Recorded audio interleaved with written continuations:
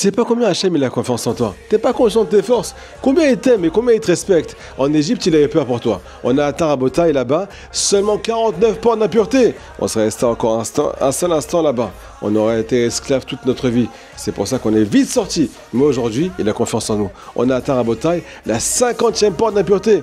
Dis-moi, tu crois tellement en moi? T'as vu les pensées que j'ai? T'as vu les paroles que j'ai? T'as vu les ambitions que j'ai à Hachem Ishmor? Alors pourquoi tu nous fais confiance à ce point-là? À Kadosh Baruch Hu.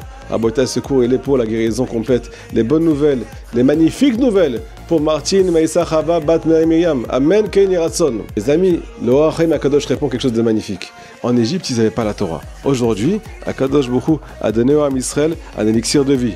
Ce qui s'appelle la Torah Akdosha, ce qui s'appelle la lumière d'Akadosh Baruch Hu, qui est cachée derrière toutes les lettres de l'étude de la Torah. Nous dit Rabbi Nachman de Breslev, mon vrai souhait, mon seul souhait, l'amshich et ha'olam et la asiya, garder le monde, attraper le monde, les tirer vers le monde de l'action, parce qu'on est obligé d'être actif ici. C'est quoi le monde de l'action? Nous dit Rabbeinu Akadosh, on est venu ici que pour prier et étudier. L'étude de la Torah Rabotai, elle peut brûler tout le mal qui est autour d'une Neshama. Tous les gens qui me disent, Rav, je n'en peux plus, le Yitzhara il est amoureux de moi, j'ai des pensées d'obsédé, j'arrive pas à m'en sortir. Rav, je suis tombé dans la drogue, Rav, je suis tombé au plus bas du plus bas, dans les 50e portes de l'impureté. Qu'est-ce que je leur réponds, les amis? T'as une seule solution.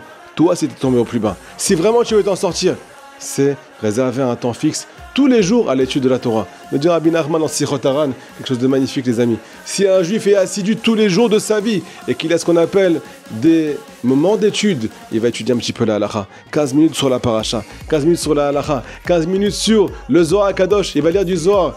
Une petite demi-heure du Likutei Moharan. Rabotai, ce Likutei Moharan, c'est le Or HaEnsof, c'est la 50e porte de la Torah Akdosha, c'est la Torah du Mashiach. Qu'est-ce qu'il va faire entrer en lui? Il va faire entrer en lui ce qu'on appelle une lumière tellement forte que les forces du mal n'auront plus aucune emprise sur lui ou sur elle. Nous dit Rabbi Nathan de Breslev. Mais un juif, toute sa vie, il est poursuivi par les forces du mal.